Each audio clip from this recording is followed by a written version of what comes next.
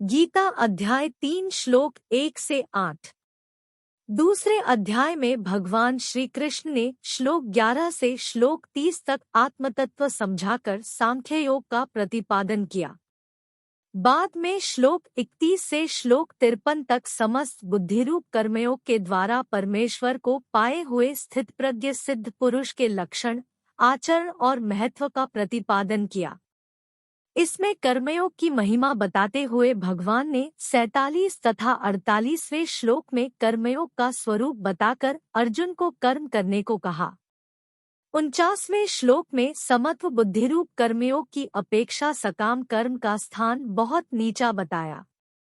50वें श्लोक में समत्व बुद्धियुक्त पुरुष की प्रशंसा करके अर्जुन को कर्मयोग में जुड़ जाने के लिए कहा और 51वें श्लोक में बताया कि समत्व बुद्धियुक्त ज्ञानी पुरुष को परम पद की प्राप्ति होती है। यह प्रसंग सुनकर अर्जुन ठीक से तय नहीं कर पाया, इसलिए भगवान से उसका और स्पष्टीकरण कराने तथा अपना निश्चित कल्याण जानने की इच्छा से अर्जुन पूछता है। अर्जुन बोले, हे जनार्दन, यदि आपको कर्म की अपेक्षा ज्ञान श्रेष्ठ मान्य है तो फिर हे केशव, मुझे भयंकर कर्म में क्यों लगाते हैं? आप मिले हुए वचनों से मेरी बुद्धि को मानो मोहित कर रहे हैं, इसलिए उस एक बात को निश्चित करके कहिए जिससे मैं कल्याण को प्राप्त हो जाऊं। श्री भगवान बोले, हैं निष्पाप, इस लोक में 2 प्रकार की निष्ठा मेरे द्वारा पहले कही गई है। उनमें से सांख्य योगियों की निष्ठा तो ज्ञानयोग से और योगियों की निष्ठा कर्मयोग से होती है। मनुष्य न तो कर्मों का आरंभ किए बिना निष्कर्मता को यानी योगनिष्ठा को प्राप्त होता है और न कर्मों के केवल त्यागमात्र से सिद्धि यानी सांख्य निष्ठा को ही प्राप्त होता है।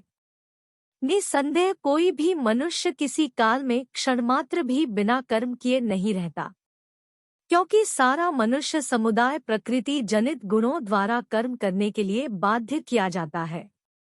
जो मूढ़ बुद्धि मनुष्य समस्त इंद्रियों को हठपूर्वक ऊपर से रोककर मन से उन इंद्रियों के विषयों का चिंतन करता रहता है, वह मिथ्याचारी अर्थात कपटी कहा जाता है। किंतु हे अर्जुन, जो पुरुष मन से इंद्रियों को वश में करके लगाव रहित हुआ समस्त इंद्रियों द्वारा कर्मयोग का आचरण करता है, वही श्रेष्ठ है। तू शास्त्र विहित कर्तव्य कर्म कर, क्योंकि कर्म न करने की अपेक्षा कर्म करना श्रेष्ठ है, तथा कर्म न करने से तेरा शरीर निर्वाह भी सिद्ध नहीं होगा।